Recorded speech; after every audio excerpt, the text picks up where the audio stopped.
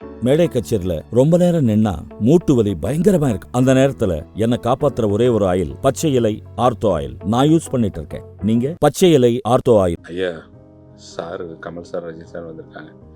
அவங்க இடாங்க வந்தாங்க. நான் தான் அங்கேயே வீட்டுக்கு போக சொன்னேன்ல. ஷூட்டிங் படிங்க அப்படின்னு வந்தார். சொன்னா கேளுங்க ரஜினி, நான் உங்களை வச்சு படம் பண்ணுற அளவுக்கு இது கதை கிடையாது. இது ஒரு சாதாரண ஒரு சின்ன கதை. நீங்கள் எங்கேயோ இருக்கீங்க சார். ஒரு சீன் சார், தலையை கட்டு போகிறேன் சார், ஒரே ஒரு சீன் சார், முடியவே முடியாது, கிளம்புங்க அப்படின்னாரு. இப்படியே ஒரு 3 நாள் தொடர்ந்து வந்தாங்க. என்னுடைய சர்வீஸில் அந்த 11 வருஷத்தில் மயில்சாமி மாதிரி அவர்கிட்ட க்ளோஸாக இருந்தார் எந்த நடிகனும் கிடையாது. அவ்வளோ ஒருமையில் தான் பேசுவார், வாப்போன்னு தான் பேசுவார். ஏன் கத்துற கத்தாத, கத்தாம சொல்லி கொடு, ட்ரெயின் பண்ணாத. ஏதாச்சும் ஒன்று ஆகி போச்சுன்னா மாமி என்ன பண்ணும்? சரிடா மயிலு, இனிமே கத்தலடா, உட்காந்து ரெஸ்ட் பண்ணு. ஏன் நிக்கிற அங்கங்க ஓடுற ஓடியார? வயசாச்சு இல்ல. நான் ரூம்ல அவரும் இவரும் தான் இருப்பாங்க. இப்படி பேசுவார்.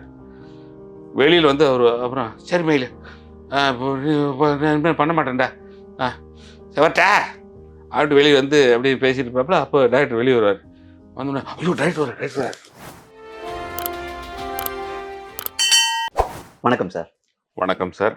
சார், உங்களை அறிமுகப்படுத்தினது கேபி சார். அவர் பார்வையில் நீங்கள் எப்படி மாற்றினீங்க? எப்படின்னா, நாங்கள் அப்போல்லாம் ட்ராமா போடுவோம் ஊரில். சேலத்தில் கிராமங்களில் திருவிழா நடக்கும், அங்கே போய் சுற்றி ட்ராமா போடுவோம். அப்போ வந்து ஒரு அறிவிப்பு 1987 தென்னிந்திய நடிகர் சங்கத்தில் இந்த மாதிரி போட்டி நாடகம் நடத்துகிறாங்க. ஸோ நாங்கள் எல்லாருமே இன்ஜினியர்ஸ், எங்கள் ட்ராமா ட்ரிப்பில் எல்லாருமே இன்ஜினியர்ஸ், இன்க்ளூடிங் மைசெல்ஃப்.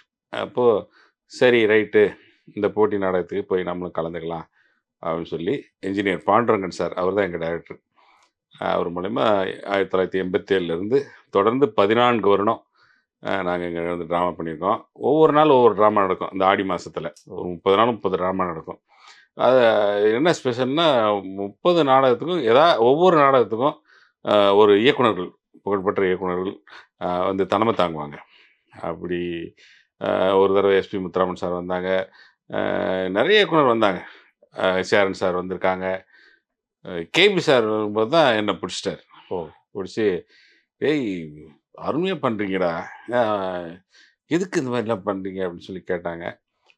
இது மாதிரி சினிமாவில் டைரக்டர் ஆகணும்னு ஆசை சார், அதுக்காக தான் இது மாதிரி பண்ணுறோம் அப்படின்னா. அப்போது சொன்னாங்க, நீங்கள் சேலத்தில் ஒர்க் பண்ணிகிட்ருக்கீங்க, சினிமா சென்னையில் இருக்குது. ஸோ சென்னையில் இருந்தால் தானே நீங்கள் சினிமா வர முடியும், சேலத்துலேருந்து எப்படி வர முடியும்னு கேட்டாங்க. அப்போ நான் சொன்னேன், ஐயா நீங்கள் வாய்ப்பு கொடுக்குறதுனா சொல்லுங்கள், வேலையெல்லாம் விட்டுட்டு வந்துடுறேன் அப்படின்னு சொன்னேன். அப்போ அப்படியே மேடைகளை பார்த்துட்டு சரி நான் சொல்கிறேன் அப்படின்ட்டு அப்புறம் ஒரு 1.5 வருஷம் தொடர்பே இல்லை. சரி சினிமாக்காரங்கெல்லாம் அப்படி தான் இருப்பாங்க போல அப்படின்னு. அப்புறம் 1.5 வருஷத்துக்கு அப்புறம் கடிதம் போட்டார், அவருடைய லெட்டர் ஹெட்டில் அவர் போட்டார். ஆமாம், ஐயா போட்டாங்க. இந்த மாதிரி உங்களை வந்து எங்கள் நிறுவனத்தில் சேர்த்துக்கணும்னு ஆசைப்பட்றோம், உங்களுக்கு விருப்பம் இருந்தால் வந்து ஜாயின் பண்ணிக்கங்க அப்படின்னு சொல்லி போட்டாங்க. எனக்கு தலைகால் புரியல. அட்டேங்கப்பா, பெரிய ஜாம்பவான் கூப்பிட்டாரு. அதாவது இயக்குனர் சிகரமே நம்மளை கூப்பிடும்போது நம்மெல்லாம் வந்து இந்த வேலையில் எதுக்கு, அங்கே போனால் நம்ம பெரிய ஆளாயிடலாம் அப்படின்னு சொல்லி வேலையெல்லாம் டிசைன் பண்ணிட்டு நேராக இங்கே ஐயாட்ட வந்து ஜாயின் பண்ணி அவர்கிட்ட ஒரு 11 வருஷம் ஒர்க் பண்ணக்கூடிய ஒரு வாய்ப்பு, ஒரு பாக்கியம் எனக்கு கிடைச்சிது. அவர் கருப்பாக இருக்கிற ஆர்டிஸ்ட் ரொம்ப பிடிக்கும் எங்கள் ஐயாக்கு. ஆமாம், பிளாக்காக இருக்கிறது. யாராச்சும் இப்போது ஷூட்டிங்கில் வந்து யாராச்சும் கொஞ்சம் வெள்ளையாக வந்துட்டாங்கன்னா அப்படியே பார்ப்பார், கருப்பா யார் அது வெள்ளையாக வந்திருக்கிறது அப்படின்னு. அவர் செல்லமா உங்களை கருப்பா அப்படின்னு. அப்பா ஐயா புதுசாக வந்திருக்காங்க, இந்த விஜயகுமார், நடிகர் விஜயகுமார் சாரோட மருமகன், அவர் பேர் ஆகாஷ், ரொம்ப கலராக இருக்காங்கடா, சுந்தரமூர்த்தி கூப்பிட்டு அவனை கொஞ்சம் டல் பண்ணு. சுந்தரமூர்த்தி மேக்கப் மேன் சொன்னோன்னு கூப்பிட்டு பிளாக் அடிப்பாங்க.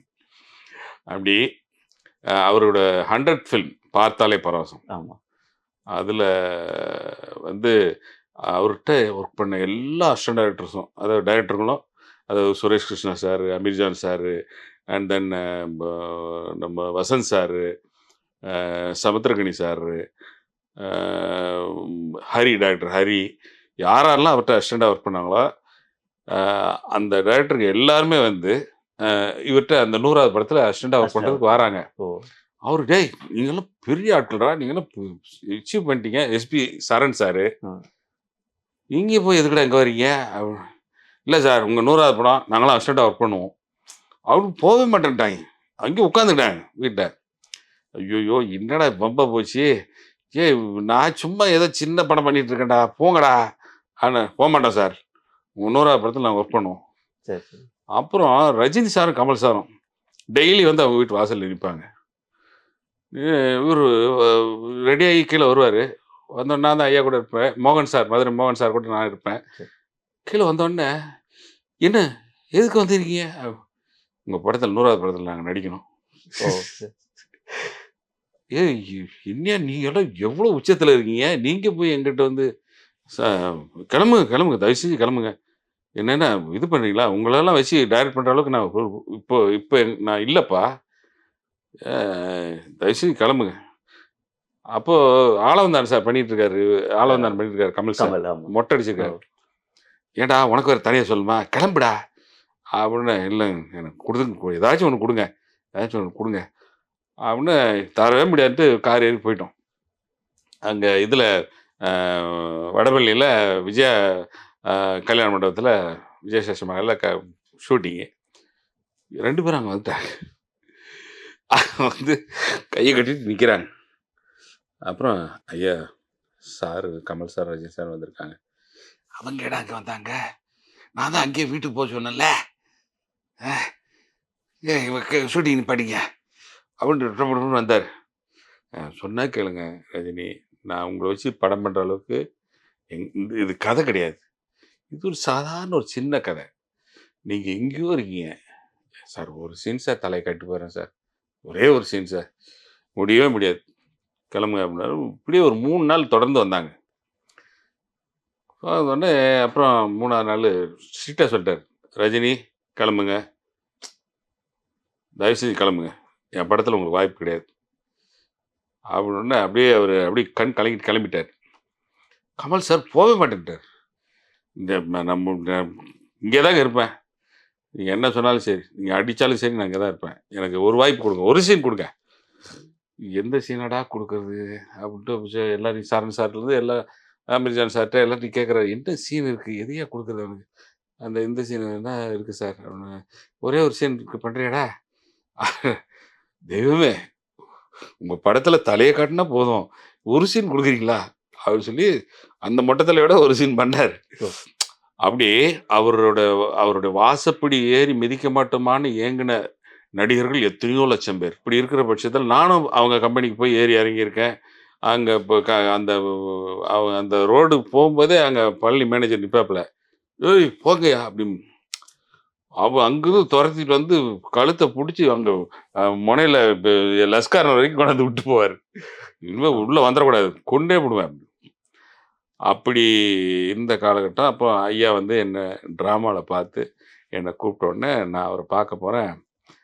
பழனி வந்து மறுபடியும் கழுத்தை பிடிச்சி அந்த மெயின் ரோடு வரைக்கும் கொண்டாந்து விட்டு விட்டார். வரவே கூடாது, கொண்டுருவேன். அவர் தெரியாது இவர் கூப்பிட்டாரு தெரியாது. நான் சொல்கிறேன், சார் கேபி சார் வர சொல்லியிருக்காங்க சார், டைரக்டர் வர சொல்லியிருக்காங்க அப்படின்னு சொல்கிறேன். அவர் போய் ஒன்றா வர சொல்கிறார் பைய. அப்புறம் சரி டைரக்டர் எப்படி இந்த வழியாக தானே போய் ஆகணும், காரில் வரட்டும் அப்படின்னு சொல்லி அவர் கார் வந்துச்சு. அவர் கார் பின்னாடி ஓடி வரேன், குடுக்குன்னு ஓடி வரேன். பழனி பார்த்துட்டா, பிச்சிருவோம் போ போ போடுறப்பட நான் வந்து முன்னாடி வந்து நின்றுட்டேன். அப்படின்னா வாயா, உள்ள வா அப்படின்னா அப்படியே பழனி சார் மேலே இங்கே பார்த்தாரு. அது போ போ அப்படின்ட்டேன். அப்போ மோகன் சார் தான் உள்ளே கூப்பிட்டு போனாங்க. கூப்பிட்டு போயிட்டு இந்த என்னுடைய கதையில் ஒரு கேரக்டர் இருக்குது, அதை நீ பண்ணு, வெளியில் போய் அட்வான்ஸ் ஏதாச்சும் வாங்கிக்கோ, காஸ்டியூம் அளவு கொடுத்துட்டு போயா காஸ்டியூம்கிட்ட அப்படின்னு சொன்னாங்க. அப்புறம் வெளியில் வந்து பழனி சார் கேட்குறேன், சார் அட்வான்ஸ் வாங்கிட்டு காஸ்டியூம் அளவெல்லாம் அதெல்லாம் கொடுப்பாங்க, அதெல்லாம் ட்ரெஸ் எல்லாம் கொடுப்பாங்க. இப்போ என்றைக்கு வர சொல்லியிருக்காரு, 4 மறுநாள் வர சொல்லியிருக்காரு சார் ஷூட்டிங். போ வந்து அன்றைக்கி வா சார், ட்ரெஸ் அளவு கொடுப்பாங்கப்பா, போ ஆளை பார்த்துட்டு இல்லை கொடுப்பாங்க. காஸ்டியூமர் கூப்பிடு, அளவு பார்த்துங்க. அவர் பார்த்துட்டு ஓகே இருக்குங்க, நம்மக்கிட்ட இருக்குங்க அப்படி அப்படின்ட்டார். பாலன் காஸ்டியூமர் பாலன். அப்புறம் சார் அட்வான்ஸ் எல்லாம் கிடையாது நம்ம கம்பெனியில். அவர் சொல்லிடுவார், யார் கொடுக்குறதுங்க அட்வான்ஸு, எங்களுக்கே பேட்டா கொடுக்கல, போங்க அப்படின்ட்டு அனுப்பிவிட்டார். அப்படி வந்து அதாவது ஏதோ கனவுல நடித்த மாதிரி இருக்கு அவர் டைரக்ஷனில். முதல் நடிக்கும்போது அப்படி பட்டன்னு நல்லா வேர்த்து ஊற்றி எல்லாம் நனைஞ்சிச்சு சட்டையெல்லாம். அவரும் திட்டல அவங்கள அந்த அவரு படத்தை பார்த்து. ரொம்ப கூலா பக்கத்துல வந்து, என்ன பெஞ்சமின் இனி எப்படி வேர்க்குது, ஏன் இந்த மாதிரி இருக்கு, வேற சட்டையை மாத்துங்க அவனுக்கு, ஏன் வேர்க்குது அப்படின்னு. இல்லை சார் உங்களை பார்த்தோன்னே பயமா இருக்கு, நான் என்ன சிங்கமா புலியா கரடியா ஐயா, இங்க பார், இங்க வந்து இந்த சீன்ல நீ தான் ஹீரோ, இங்கே டைரக்டர் இருக்கான், கேமராமேன் இருக்கான், அதெல்லாம் மைண்ட் பண்ணவே கூடாது, நாங்கள்லாம் சாதாரண தூசு அப்படின்னு நினச்சிக்கிட்டு நீ பண்ணு அப்படின்னு சொல்லி எப்படி நடிக்கணும் அப்படின்னு முதல்ல நடித்து காட்டுவார். பாடி லாங்குவேஜ் எப்படி போடணும், ஷர்ட் பட்டன்லாம் போட்டிருக்கியா, கை பட்டன் போட்டிருக்கியா, இதெல்லாம் பார்ப்பார். நகம் இட்டிருக்கியா. ஓ அதை அந்த அளவுக்கு செக் பண்ணுவார். சார் டிசிப்ளின் பஞ்சுவாலிட்டி அங்கே தான் சார் கற்றுக்கிட்டேன், கேபி சார்ட்ட தான் கற்றுக்கிட்டேன். நீங்க நடிக்க வந்து நீங்க அதுக்கப்புறம் உதவி இயக்குனராக அவர்கிட்ட இருந்தீங்க இல்லையா? எல்லா வேலையும் பார்ப்பேன், அசிஸ்டன்ட் டைரக்டர் வேலை பார்ப்பேன், எழுதுவேன். இது ஸ்கிரிப்ட் எழுதுவார், அடிச்சு எழுதுவார். முதல்ல ஒரு ஸ்கிரிப்ட் அனந்த் சார் எழுதி அனுப்புவார். அந்த ஸ்கிரிப்டை பார்த்துட்டு என்னடா இவ்வளோ பெருசாக எழுதினா, இவனுக்கு இவ்வளோ பெருசு தாங்காது, சின்னதாக எழுதணும் அப்படின்ட்டு அப்படியே சைடில் எழுதுவார். அதை மறுபடியும் ரீகாப்பி பண்ணணும், உட்காந்து ரீகாப்பி பண்ணி கொடுப்பேன். அந்த வேலை பண்ணுவேன். அப்புறம் மாமி வந்து சாப்பாடு கொண்டு வராங்க மதியம், சாப்பாடெலாம் எடுத்து வைக்கிறது அந்த வேலை செய்வேன். காலெல்லாம் கை காலெல்லாம் அமுக்கி விடுவேன். அந்த டைம் தான் மயில்சாமி வருவார், நடிகர் மயில்சாமி. சரி சரி. வந்த உடனே ஏய் டைரக்டர் இருக்காரா, அண்ணா இருக்காருண்ணே, அல்ல நேரம் உள்ளாட்டார். அவர் சீனியர். ஆமாம், ஏன்னா ரஜினி சார் கமல் சார் வந்தவே கையை கட்டி நிற்கிறாங்க, மயில்சாமி இப்படி போகிறாப்புல அப்படின்ட்டு கதவை திறந்து உள்ளே பார்க்குறேன். என்ன தூக்கமா, ஹலோ எந்திரிங்க. அவரு ஏன் சொல்கிறேன், வாடா மயிலே, என்ன தூக்குற, தூங்கலாம் கூடாது. இல்லைடா எப்பயும் நான் ஒரு 1/2 மணி நேரம் படுப்பேன். சரி பார்த்து போகலாம் வந்தேன், எப்போ எனக்கு சான்ஸு, எப்போ தர, அந்த அளவுக்கு உரிமை எடுத்துக்குவார் மயில்சாமி அவர். கதையில் இருக்கா இல்லையா அப்படின்ட்டு கீழே உட்காந்துக்கிட்டு காலை அமுக்குவார், கை நீட்டு, அந்த கை நீட்டு, ஏன் நடுங்குது கையெல்லாம், நடுங்கக்கூடாது, சாப்பிட்டியா, கறிக்கிரி சாப்பிடியா. பாலச்சந்தர் கிட்ட டே மயிலு என்னடா நல்லா சாப்பிட்டு உடம்பு தேத்து, இப்படி இருந்தால் எப்படி டைரக்ஷன் பண்ணுறது, இதெல்லாம் இல்லை. ஆமாம் ஒழுங்கா இருங்க, வரட்டுமா அவனு போயிடுவார். எப்படி அந்த அளவுக்கு உரிமை எடுத்துக்கிட்டாரு அவரு? என்னன்னே தெரியல சார், ஆரம்பத்துலேருந்தே அவர் அப்படி தான் சார் பழகிறாரு. அவர் கேட்டேன், மயில்சாமி எப்பயும் அப்படி தாங்க, அவர் புள்ள மாதிரி வருவார், பேசுவார், போயிடுவார். எந்த ஆர்டிஸ்டும் சார் அவர் முன்னாடி நின்று பேசுறதுக்கு பயப்படுவாங்க. என்னுடைய சர்வீஸில் அந்த 11 வருஷத்தில் மயில்சாமி மாதிரி அவர்கிட்ட க்ளோஸாக இருந்தார் எந்த நடிகனும் கிடையாது. அவ்வளோ ஒருமையில் தான் பேசுவார், வாப்போன்னு தான் பேசுவார். ஏன் கத்துற, கத்தாத, கத்தாமல் சொல்லிக் கொடு, ஸ்ட்ரெயின் பண்ணாத, ஏதாச்சும் ஒன்று ஆகி போச்சுன்னா மாமி என்ன பண்ணோம்,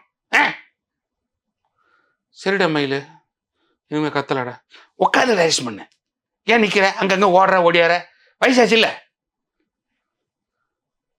நான் ரூமில் அவரும் இவரும் தான் இருப்பாங்க, இப்படி பேசுவார். வெளியில் வந்து அவர் அப்புறம் சரி மயிலு பண்ண மாட்டேன்டா, வரட்டா அப்படி வெளியே வந்து அப்படியே பேசிட்டு இருப்பாப்புல. அப்போ டைரக்டர் வெளியே வருவார். வந்தோடனே ஐயோ டைரக்டர் வர. ஓ அங்க வந்து வெளியே வந்து அவ்வளவு மரியாதையா பார்த்து மிரண்டு போனேன் நான். யாருக்கும் இந்த உண்மை தெரியாது, அவர் மோகன் சாருக்கு தெரியும், ஒரு 2-3 பேருக்கு தெரியும். அப்படி ஒரு மனுஷன். அந்த மாதிரி நிறைய பேர். இப்போ போண்டாமணின்னு ஒரு நடிகர் சார், சின்ன நடிகன், ஒரு சீரியல் பண்ணார். அவருக்கு வந்து இந்த ஸ்ரீலங்கன் ஸ்லாங்கு சொல்லிக் கொடுக்கறதுக்கு ஒரு ஆள் வேணும்.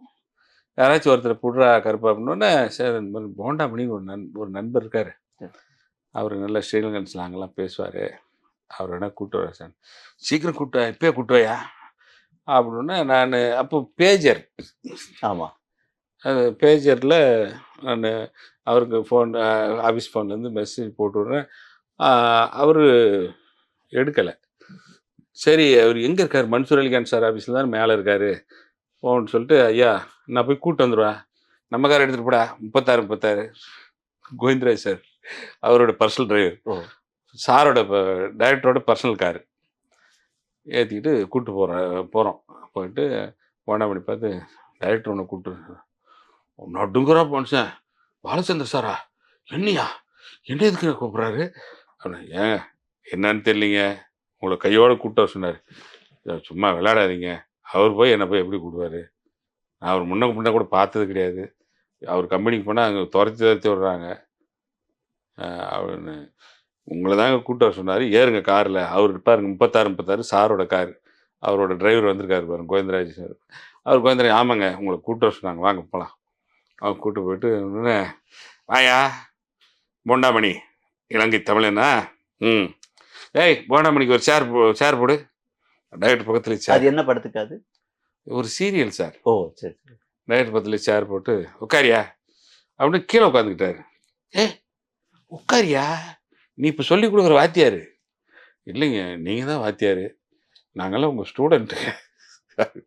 நோனோ, எனக்கு இந்த இலங்கை பாஷை தெரியாது, அது நீ தான் சொல்லி கொடுக்கணும், உட்காரியா அப்படின்னு சொல்லி சேரில் எழுந்திரிச்சு உட்கார வச்சு, இந்த பார் இதுதான் டைலாக், இதை வந்து எப்படி இலங்கை பாஷையில் சொல்கிறது, என்ன இப்படி வந்திருக்கீங்க, என்ன கதைக்கிறீங்க அப்படின்னு அவர் சொல்லுவார்.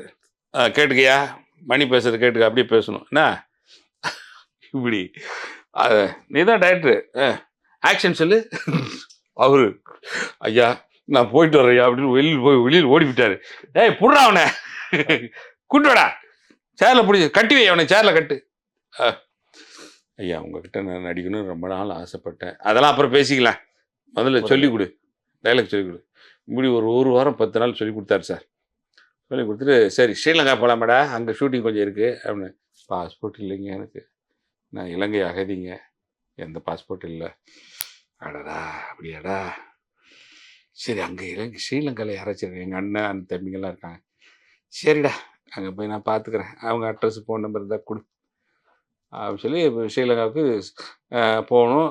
டேய் நல்ல ஒரு அசிஸ்டன்ட் டைரக்டர் வேணுமே, துடிப்பா யாராச்சும் இருந்தால் பிடி நம்ம கம்பெனியில், யார் இருக்கா?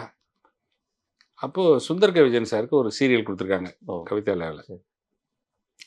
அவர்கிட்ட சமுத்திரகனின்னு ஒருத்தர் இருக்கார் சார், சின்ன பையன், ரொம்ப துடிப்பாக வேலை செய்கிறாப்புல, உங்கள் ஸ்பீடுக்கு அவர் தான் சார் கரெக்ட் அப்படின்னோடனே. அப்படியா, அவன் விடுவானு தெரியல, சரி சுந்தர் கே. விஜயன்ட்ட சொல்லிடுவோம், அவனை கூப்பிட்டு வா, ஒரு நாள் எப்படி ஒர்க் பண்ணுறான்னு டெஸ்ட் பண்ணிடுவோம் அப்படின்னு பெருங்குடி ஹவுஸ்க்கு ஷூட்டிங்கு கூப்பிட்டு போகிறேன். நான் தான் 2 வீலர் வச்சு கூப்பிட்டு போகிறேன். கூப்பிட்டு போயிட்டு அங்கே போனோடனே, வாயா நீ தான் சமுத்திரகனியா, அவர்கிட்ட இருக்கியா, சரி இந்த ஸ்ரீலங்காவில் போய் படம் ஷூட்டிங் போகிற ஒரு 3 மாதம் கொஞ்சம் வர முடியுமா? Sir Sundar K. விஜயன் சார்ட்ட ஒர்க் பண்ணுறேன். நம்ம கம்பெனி தானேடா, நான் சொல்லிக்கிறேன், வேறு அசிஸ்டண்ட் நான் கொடுக்குறேன், பாபுன்னு ஒருத்தர் இருக்காரு, இன்னும் 2 பேர் இருக்காங்க, யாராச்சும் போய் ஒர்க் பண்ணிட்டோம், நீ என் கூட வா. அவர் ஒர்க் பண்ணுற ஸ்டைலை பார்த்துட்டு சும்மா ஒரு 1 ஹவர் பார்த்தார். பார்த்துட்டு உடனே ஏய் கணி இங்கே வா, நான் கொஞ்ச நேரம் போயிட்டு வந்துடுறேன், ஒரு சின்ன ஒர்க்கு மோகன் கூட போயிட்டு வந்துடுறேன், இந்த சீனை நீ எடுத்துரு. ஓ அவருக்கு அந்த அளவுக்கு மனசு இடம் பிடிச்சிட்டாரு சமுத்திரம். 1 மணி நேரத்துலையா சார்? மறண்டு போயிட்டேன். என்ன சார் கேட்குறேன், சார் சரி எப்படி சார், பார்க்கும்போதே தெரியும்டா எவன் எப்படி வேலை வாங்கன்னு எனக்கு தெரியும், எனக்கு இவன் தான் செட் ஆவான், என் ஸ்பீடுக்கு இவன் தான் கரெக்டு. அதாவது அவர் நடந்து போவார் சார், நாங்களாம் ஓடுவோம், அந்த வயசில் நடப்பார் ஓடுவோம். இன்னொரு விஷயம் சார், என்ன ஒரு காதல் வாங்கி வந்தேன்னு ஒரு டெலிஃபிலிம் பண்ணார், அதில் 2 ஹீரோ. ஒரு ஹீரோ வந்து ஒரு நார்த் இந்தியன், அவர் இன்னொரு ஹீரோ நான். பாலச்சந்தர் சாரோட இயக்கத்தில் நான் வந்து செகண்ட் ஹீரோ. 6 மணி நேரம் படம், 6 மணி நேரம் படம் எடுத்து கொடைக்கானலில் ஷூட்டிங். 40 நாள் ஷூட்டிங். காலையில் 6 மணிக்கெல்லாம் ரெடியாகி ஷூட்டிங் ஸ்பாட்டுக்கு போயிடணும். நாங்கள் 6 மணிக்கு போனால் அவர் 4 மணிக்கே போய் உட்காந்துருவார். உட்காந்து எழுதிட்டு இருப்பாருங்க. கொட்டுற பனி, ஒரே ஒரு கொடை பிடிச்சிக்கிட்டு அந்த இவன் நடுங்கிட்டு இருப்பான். கொடை பிடிச்சிக்கிட்டு கையில் காப்பி வச்சுக்கிட்டு எழுதிட்டு இருப்பார். வாங்கயா சார், எப்போ வந்தீங்க? நான் 4 மணிக்கே வந்துட்டேன்டா. என்னங்க இப்போ இந்த குளிரில் வந்து உட்காந்து எழுதிட்டு இருக்கீங்க? அந்த மாதிரி சினிமாவை 100க்கு 200% நேசிக்கிற ஒரே ஒரு ஆள் என்னுடைய அனுபவத்தில் நான் பார்த்தது இயக்குனர் சிகரம் ஐயா கே. பாலச்சந்தர் சார். அவர் வந்து சின்ன சின்ன நடிகன், பெரிய நடிகன், சின்ன ஆள், பெரிய ஆள் இதெல்லாம் பார்க்க மாட்டார். யார் நல்லா பர்ஃபார்ம் பண்ணுறாங்களோ அவங்கள ரொம்ப என்கரேஜ் பண்ணுறாரு. சரி, புதுசாக யாராச்சும் வந்து நல்லா நடிச்சா வச்சியா, சூப்பரா டே, எங்கடா இந்த மாதிரி ட்ராமா பண்ணிடுச்சு, ட்ராமா பண்ணியா பிடிச்சிக்குவார். ட்ராமானா ஒரு கவலை. ஆமாம், உன்ன மாதிரி ஆள் தானே எனக்கு வேணும். ட்ராமா ஆர்டிஸ்ட்லாம் உயிரை விட்டுருவார். அப்படி எனக்கு ஜோடியாக வந்து போடுறதுக்கு ஆர்டிஸ்ட் தேடுறாங்க சார் அந்த படத்துக்கு. அவங்கவுங்க தேடி யாருமே கிடைக்கல. இல்லைடா அது கொஞ்சம் கலராக இருக்குது, இது கொஞ்சம் இதாக இருக்குது, இது கொஞ்சம் ஃபிகராக இருக்குது, மொக்கையாக வேணும்டா. அப்புறம் மோகன் சார் சொன்னார், சார் நம்ம வாட்ச்மேனோட பொண்ணு ஒன்று இருக்குது, சாப்பாடு டெய்லி கொடுக்குறோமே பார்த்துங்க. ஆமாடா, இந்த ஆஃப் சேரி போட்டு வரும் அந்த பிள்ளை தானே, புர்றா மோகன், அவளை புர்றா. அது கூட்டு வந்து நிறுத்திட்டாங்க. என்ன அப்பாவுக்கு சாப்பாடு கொடுத்தாங்க. நடிக்கிறியா? எனக்கு தெரியாது, நான் சொல்லித்தரேன், இந்த இவனுக்கு தான் ஜோடி. அப்படி இப்படி சார் நடிக்க. ஆமாம் சார், அது பொண்ணுக்கு நடிக்கவே தெரியாதுங்க. நடிப்புன்னா என்னன்னே தெரியாது. அதுக்கு நடிப்பு, கொடைக்கானலில் நடிப்பு சொல்லி கொடுத்து டான்ஸ் ஆடுவார். இப்படி ஆடணும் அவங்க கூட. என்ன பச்சை கிளி முத்து சரம் நினைக்கிறேன் அந்த பாட்டு, எம்ஜிஆர் பாட்டு போட்டு 2 பேருக்கும் டூயட், ட்ரெஸ்ஸை மாற்றி அது பார்த்து ரசிப்பாருங்க. அப்படி ஒரு கலைஞனை பார்க்கவே முடியாதுங்க. அப்படி ஒரு இயக்குனர் மறுபடியும் பிறக்கிறது அரிது. இவ்வளோ நேரம் உங்க அனுபவங்களை பற்றி எங்களோட ஷேர் பண்ணது மிக்க நன்றி சார். இந்த வாவ் தமிழா நேயர்கள் அனைவருக்கும், இதை பார்த்து கொண்டிருக்கிற அனைத்து நேயர்களுக்கும் என்னுடைய நன்றியை தெரிவிச்சுக்கிறேன். இயன்றதை செய்வோம், இயலாதவருக்கு என்று சொல்லி என்னுடைய நன்றியை உங்களுக்கு தெரிவிச்சுக்கிறேன். நன்றி, வணக்கம்.